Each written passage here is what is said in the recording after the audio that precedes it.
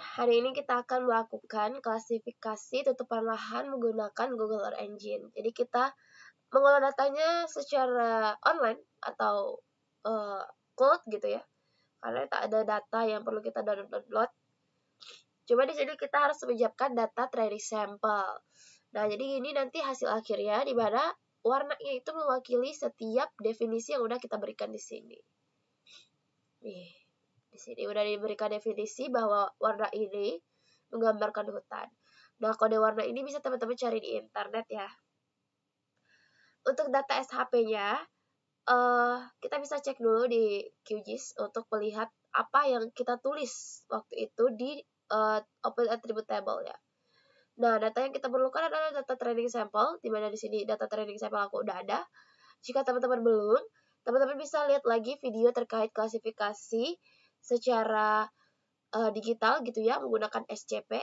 Kalau udah, nanti tinggal diekspor ke SHP kalau belum, terus tinggal dibuka Open Attribute Table-nya. Ternyata di sini aku menuliskan ini adalah kelas, bukan line cover. Jadi kita harus menyesuaikan dengan scriptnya nanti. Gitu. Oke, kita akan mulai dari awal lagi ya teman-teman. Yang ini kita hapus dulu aja.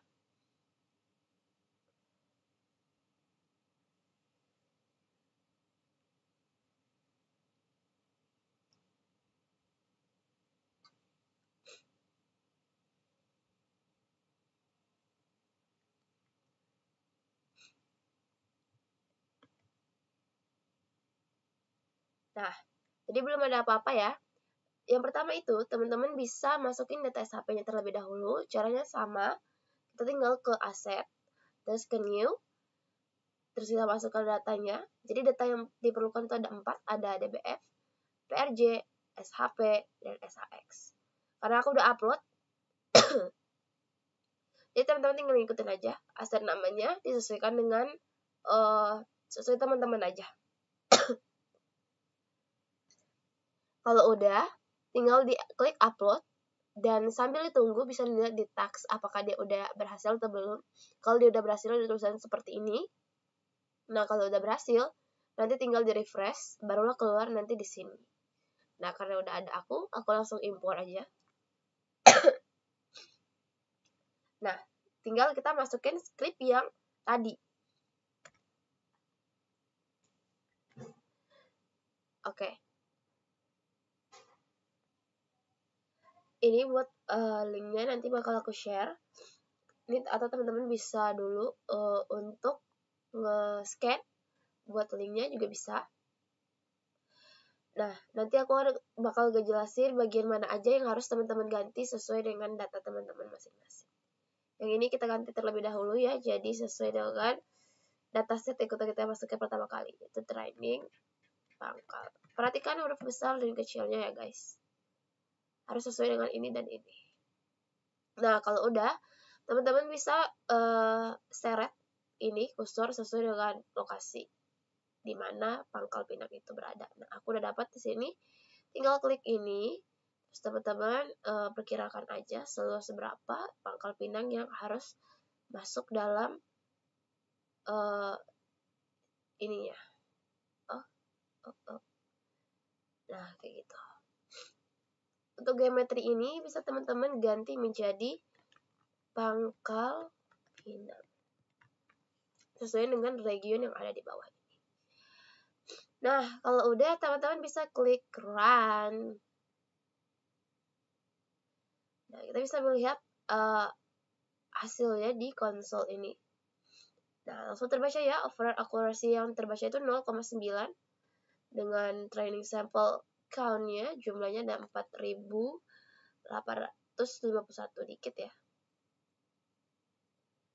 Udah langsung kebaca hasil analisisnya dengan warna yang sesuai gitu. Ini bisa teman-teman ganti juga. Nah, ini lagi loading. Kita akan menunggu hasilnya. Nah, udah kebaca. Udah kelihatan warna-warna yang ditampilkan dari hasil analisis script yang kita berikan.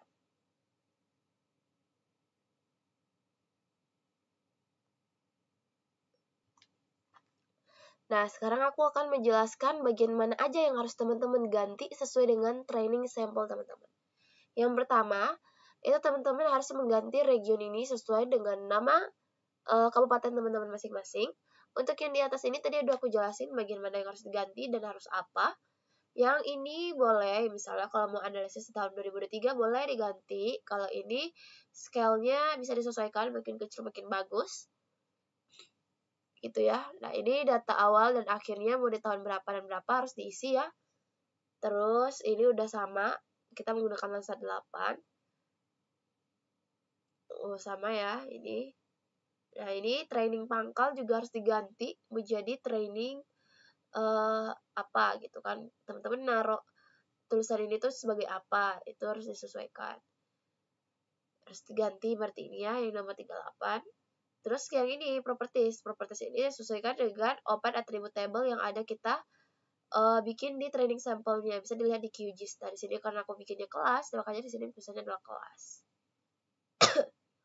Nah, ini kita sesuaikan dengan definisi yang udah teman-teman bikin di training sampelnya. Kayak aku nih, 1 adalah hutan, 2 mangrove, sampai seterusnya 9 itu adalah awan. Seperti itu. Itu didefinisikan seperti ini. Nah, ini sama ya, kelas itu adalah land cover kalau ininya biasanya. Nah, ini kita menggunakan random 70/30 ya, nih. Tidak ada yang perlu diganti. Ini kelas apa ya tadi ya? Dan kalau land cover, kalau kelas. Nah, ini tuh warna bisa teman-teman ganti. Itu bisa kalau teman-teman cari juga di internet untuk kode-kodenya warnanya apa gitu.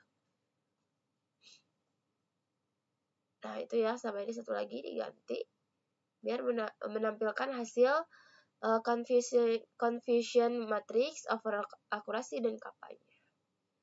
Kalau udah deh. Nah, ketemu hasil akurasi aku dengan 0,90 dengan kapanya dari 0,87. Seperti itu ya guys, ini hasilnya. Dan ini layarnya bisa teman-teman lihat. Terima kasih atas perhatiannya. Sampai bertemu lagi di next video. Bye-bye.